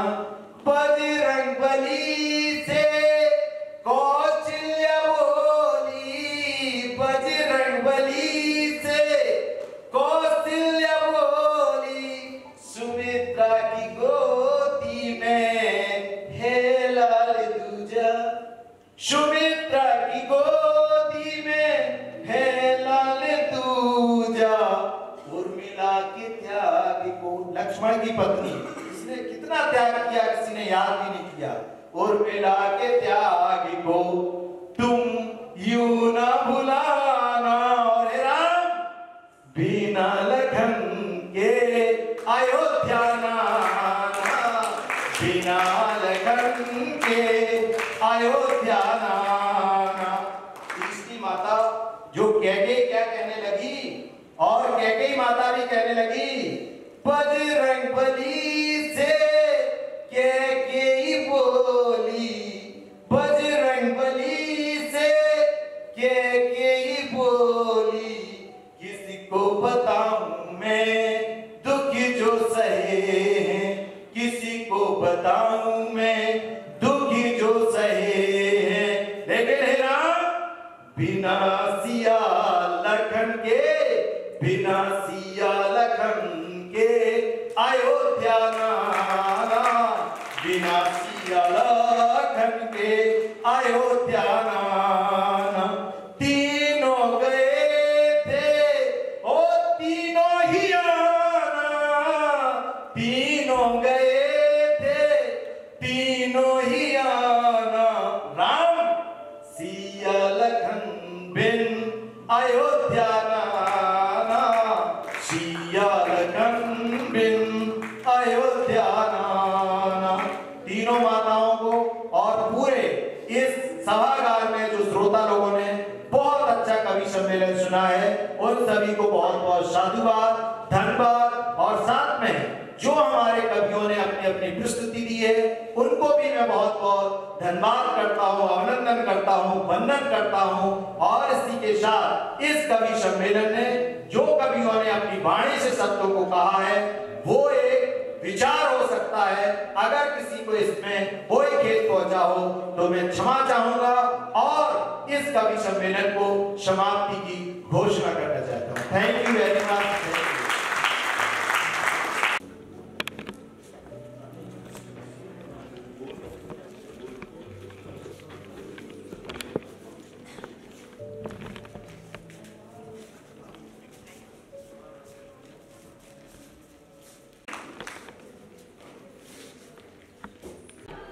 So for next performance, now I call for the stage Mr. Gurinder Singh for the program.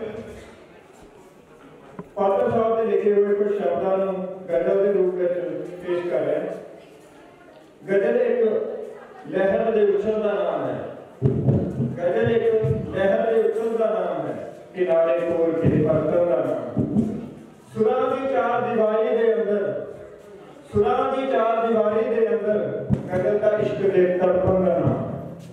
ये पहला अपने फिर दूजे दे गजल का दिल दे विच कुदरत का नाम है। गजल बिंदास्ता है, गजल बिंदास्ता है पर राग वर्गी एक किस्सियां तारां चो निकलण दा नाम है। पत्थरां ते गजल दा नीर बन बरसन दा नाम है। रागां नूं ते डुबदे सूरज नूं गजल लफ्ज़ां विच संभालण दा नाम है। गजल सीमत सुरां दे साज विचों, गजल सीमत सुरां दे साज विचों असंख्य ही दुनिया सिरजण दा नाम है। कोविड-19 के कारण असीं बहुत रसिया, बहुत कुछ कमाया, पर पात्र साहब ने कुछ ऐसे शब्द लिखे ने जिहड़े सानूं दुआरा जिउण लई, दुआरा तुरन लई प्रेरित करदे ने। जे आई पतझड़ तां फिर की है, जे आई पतझड़ तां फिर की है, तू अगली रुत विच यकीन रखी। मैं लब के तो लियाऊं कलमा, तू फुला चुकी जमीन रखी। लिबास मंगा ना ओट मंगा, लिबास मंगा ना ओट मंगा, ना पर्दादारी का फूट मंगा, बस अपनी उल्फत दे उलझियां विच तू मैनू पर्दा नशीन रखी। पता ना लगे चंद तारे, पता ना लगे चंद तारे, बदन है या लिबास तेरा। तू अपनी कुदरत ते अपने विचला ये पर्दा क्यों ही महीन रखी। मिलाप विच भी कोई विछोड़ा हमेशा रहता है थोड़ा थोड़ा। खुले पदां विच कहे कोई ना खुले रहने का यकीन रखी। एक आखिरी मुकड़ा, बुरे दिनां तो डरी ना पातर, बुरे दिनां तो डरी ना पातर, भले दिनां नूं लियाउण खातर तू सिद्क दिल विच ते आंसू विच नज़रां दे सुपने हसीन रखी। Thank you. Now for next performance, may I call upon the stage for fusion song Miss Amarjit Kaur, Miss Ankita, Miss Shelley, Dr. Sant Kumar Verma, Dr. Rohit, Mr. Gurmeet Singh and Mr. Javed.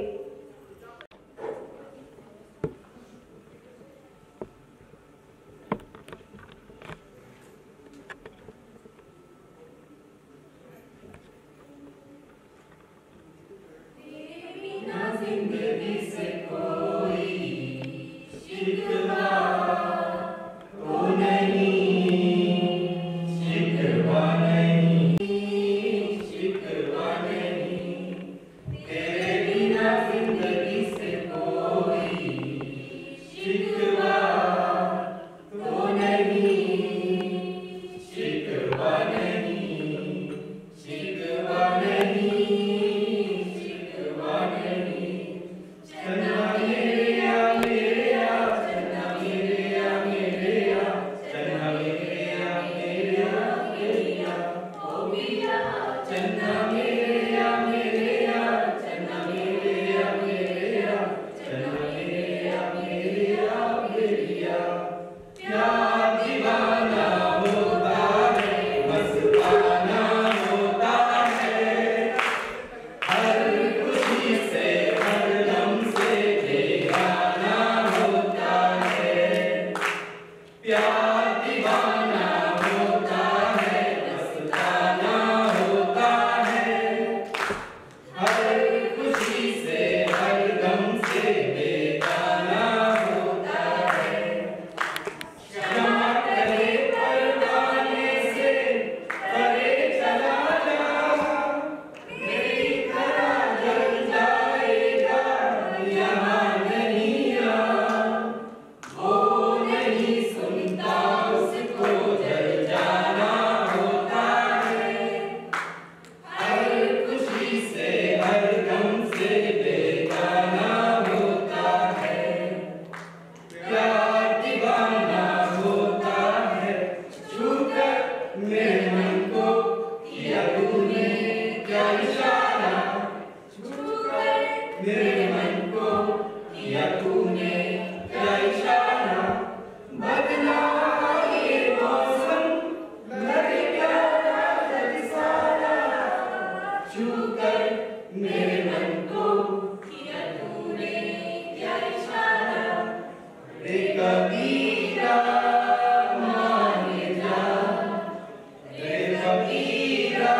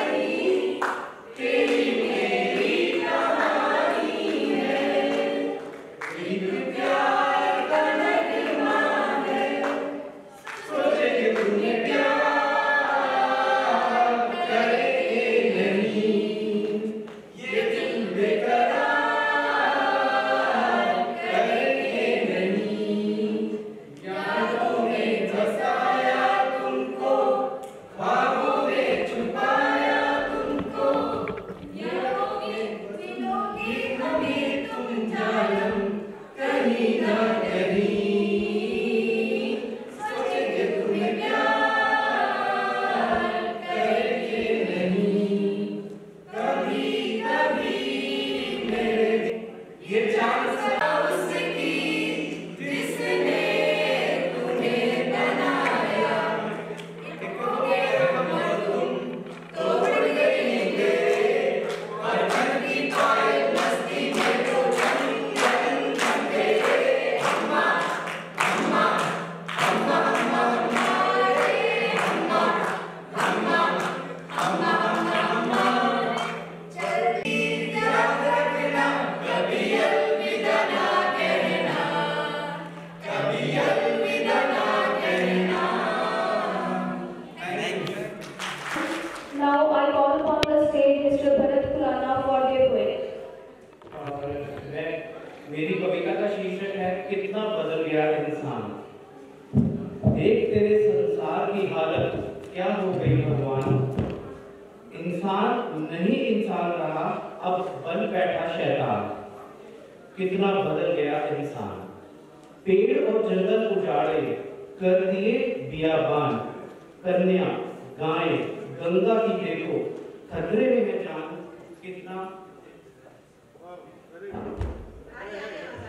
कितना बदल गया इंसान। जरूरतें अब बहुत बड़ी हैं, जो थी पहले बस रोटी कपड़ा और मकान। कहां से फिर हुई कमाई और कैसे चले दुकान। कितना बदल गया इंसान। धर्म कर्म और सामाजिकता की सब बातें हुई आसान, मोबाइल से ही मिल जाता है अब तो भर भर ज्ञान। कितना बदल गया इंसान। घर घर में फैली बीमारी और बदला है खान पान। कितना बदल गया इंसान। सीधेपन और भोलेपन में नहीं है नामो निशान। माँ के पेट से ही बच्चे अब सीधे पैदा होते हैं जवान। कितना बदल गया इंसान। रिश्ते नाते भाई बंधु की घट गई पहचान। अनजानों को सब कहते हैं अपना और अपने हुए अनजान। कितना बदल गया इंसान। दान पुण्य तो खूब करते हैं, खुश करते हैं भगवान। माँ बाप को कुछ न समझे जो है ईश्वर समान। कितना बदल गया इंसान। बदल गया पहनावा सबका और छोटे हुए परिधान। हो गई बस दिखावे की अब आन बान और शान। कितना बदल गया इंसान। इंसानों की करतूतों पर है कुदरत भी हैरान। देख तेरे संसार की हालत क्या हो गई भगवान। कितना बदल गया।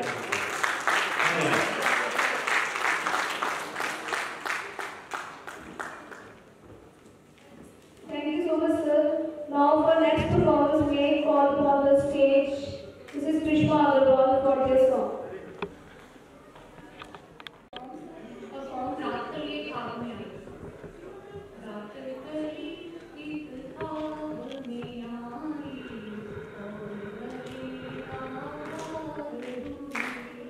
रात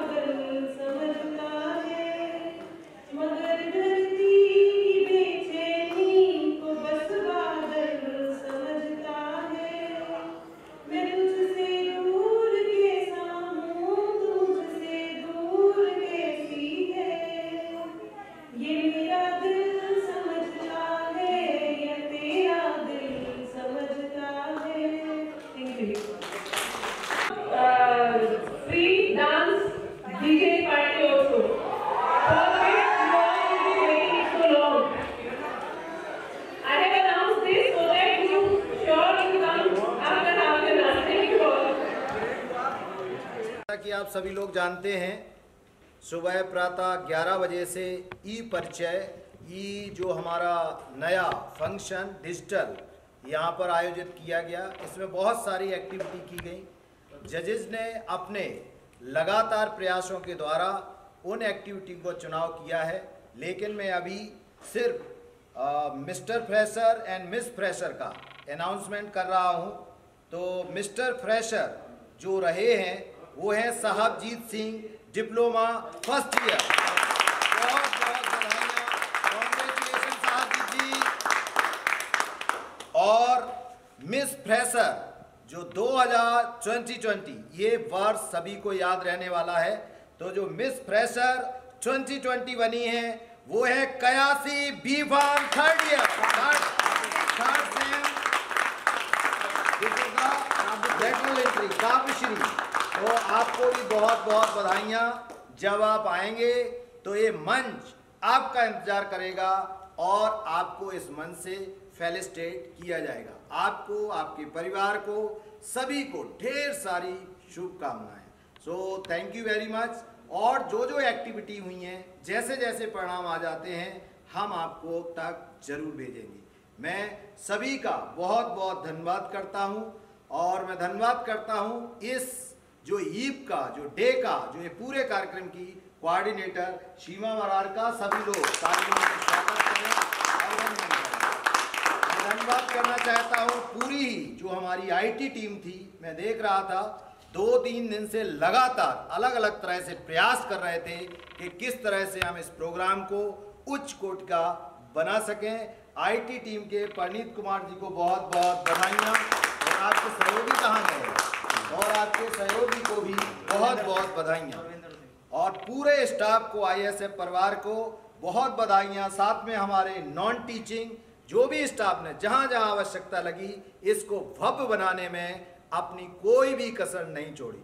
मैं उन सब का भी बहुत बहुत धन्यवाद करता हूँ। मैं धन्यवाद करता हूँ उन सभी पार्टिसिपेंट्स को जिन्होंने इस डिजिटल प्रोग्राम में भाग लिया, अपने वीडियो को भेजा। उस वीडियो को यहाँ पर पूरे ही सभागार में प्रसारित किया गया और ये बहुत जल्दी YouTube पर अवेलेबल हो जाएगा। So thank you very much, God bless you all. जैसा कि आप जानते हैं आगे 2 दिन छुट्टी है, मंडे से हमारी सभी यथावत क्लासें चलेंगी। Thank you.